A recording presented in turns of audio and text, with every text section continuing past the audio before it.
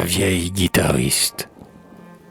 Devant le restaurant et devant les cafés, elle vient chaque soir, la vieille guitariste, psalmodier un chant voluptueux ou triste, que scande sa guitare en rythmes étouffés.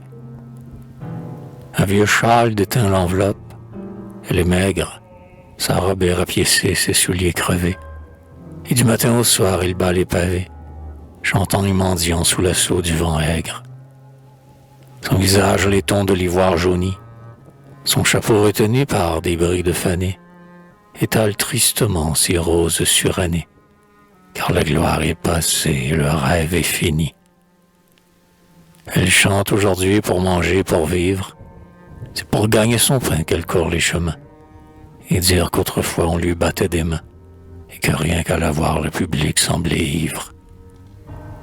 Ivre de sa beauté quand elle apparaissait, en robe de satin sous les feux de la rampe, ses cheveux blonds cendrés frisant près de la tempe, et des camélias piqués dans son corset.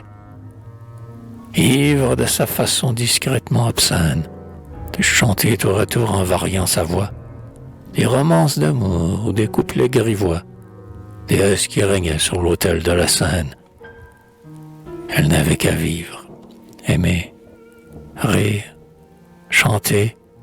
Elle était riche et belle, elle était jalousée. Et voici qu'elle est là maintenant, la risée, des gens de mer qui sont près d'elle à l'écouter. Elle chante en criant comme un chat qu'on écorche. Puis quand elle a fini, le regard en dessous, elle tend sa coquille où tombent quelques sous, comme un mendiant blême accroupi sous un porche. Pauvre débris humain, spectre ratatiné, à voir son corps éthique et son visage glabre, on dirait qu'elle vient d'une danse macabre, poussive hélas encore d'un sabbat effréné. Pourtant les étrangers assis autour des tables, qui boivent en fumant par ces beaux soirs d'été, la repoussent parfois avec brutalité, tant leurs nerfs sont crispés par ces chants lamentables.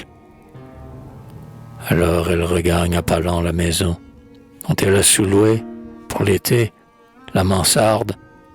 C'est dans un quartier sale où nul ne se hasarde, près du port, imprégné d'une odeur de poisson. Elle songe. Jadis, elle était adorée. Comme un enfant gâté qu'on comble de joujoux, ses amants lui donnaient des robes, des bijoux, et jonchaient de bouquets à la Seine à son entrée. À présent, elle est vieille et va sa voix haut.